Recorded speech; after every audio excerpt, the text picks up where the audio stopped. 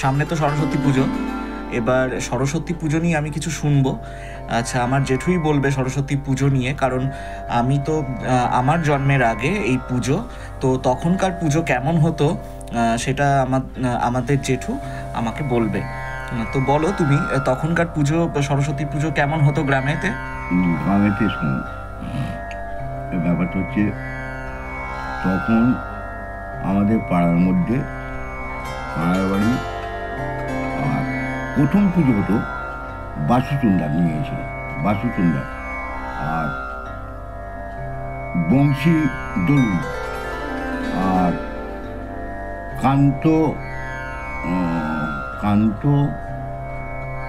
কান্ত মৈত্র নাকি ওরা কি জানি না, কান্ত দলু, এই কটা পুজো হতো। কিন্তু তখন ওই পুজোটা বিসর্জনের দিন শিবতলায় এক জায়গায় জড়ো হতো, শিবের মন্দিরের সামনে ওই পুজো জড়ো হতো, ওই ঠাকুর মূর্তিগুলো, এবং যে যার ঘট সে তার ওই মূর্তির সামনেই রাখতো। না, আমাদের বাড়ির পুজোটা হচ্ছে তোর দাদু এবং তোর জেঠু, বড় জেঠু। প্রথম পুজো আমার বাবা কালীদ্বরের মাঝখানে আমার বাবা খুব গুরুজন লোক ছিল, ওই কালীদ্বরের মাঝখানে প্রথম সরস্বতী পুজো করে। সেখানে দেখ, পাড়ার যাবতীয় ছেলে, তাদের আমি চিনি, যেমন ধর ভানুচন্দারের দিদি, আচ্ছা বাসুচন্দার, বংশী দলু, এইসব নিয়ে আমার বাবা হারমোনিয়াম বাজিয়ে গান বাজনা করতো। সে ফটোটা বোধহয় তোর, হ্যাঁ সেই ফটোটা আছে, বাপি দেখিয়েছে আমাকে, এই ফটোটা আমি শেয়ার করব খুব তাড়াতাড়ি। কিন্তু ফটোটা আমি দেখেছি, কিন্তু ফটোর পিছনের কাহিনী তো আমি জানি না, সেই জন্য জিজ্ঞাসা করলাম। এই সরস্বতী পুজো বিশেষ করে আমার বাবার সরস্বতী পুজোটা বিশেষ ছিল।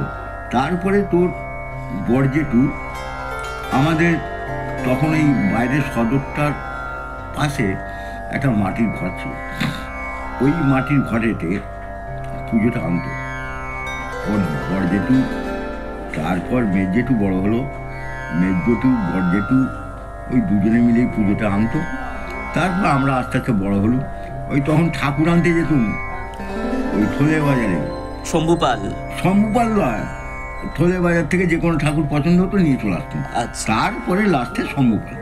হ্যাঁ, শম্ভুপালের ঠাকুর তো খুবই বিখ্যাত ছিল হ্যাঁ আমাদের এলাকার মধ্যে। হ্যাঁ, এবার শম্ভুপালকে অর্ডার দিয়েছি, আর ভানুচন্দারে কিন্তু ঠাকুর পুজো খুব ধুম ছিল।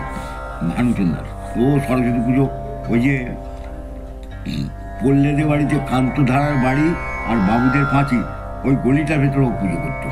আচ্ছা, আর আমাদের পুজোটা কোথায় হতো? আমাদের বাড়ির পুজোটা ওই সদরের ওইখানটাই হতো, তাই তো?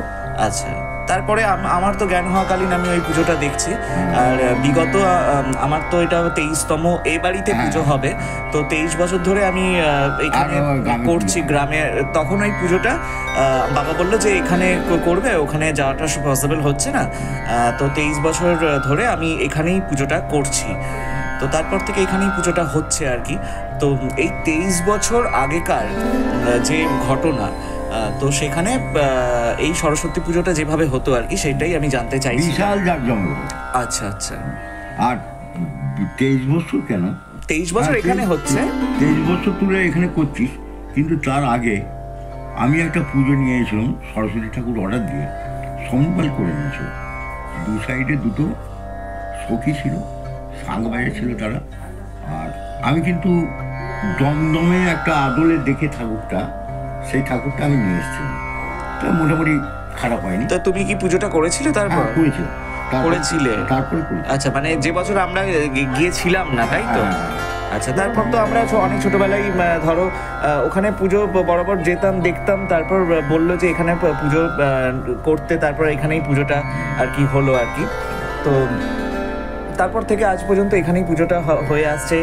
আর এবছর কেন, বিগত 2 বছর ঠাকুর কুমোরটুলিতেই অর্ডার দেওয়া হয়েছে, এবছরও হয়েছে। তো করছি, দেখি। হ্যাঁ হ্যাঁ, এবছর, তার আগের বছরও কুমোরটুলি থেকেও ঠাকুরটা আমরা এনেছি। তো আমি সবসময় চাইতাম যে কি বলতো ব্যাপারটা, আমার এখানে ঠাকুরের মুখটা না ঠিক ওই শম্ভুপালের আকৃতিটা আমি পেতাম না। তো আমার যেহেতু সরস্বতী পুজোটা আমার কাছে একটা বিশাল কিছু, তো আমি চাইতাম যে শম্ভুপালের মতো কেউ এখানে ঠাকুর বানিয়ে দেবে। তো আমি দেখতাম যে শম্ভুপালের মতো কেউ ঠাকুর এখানে বানাতো না। তো সেই কারণেই তো বোন বললো যে কুমোরটুলিতে তো অনেক ভালো ভালো ঠাকুর হয়, তো চল দেখি না ওখানেই কেমন হয়। তো এই বিগত কয়েক বছর আর এবছর অর্ডার দিচ্ছি কুমোরটুলিতে।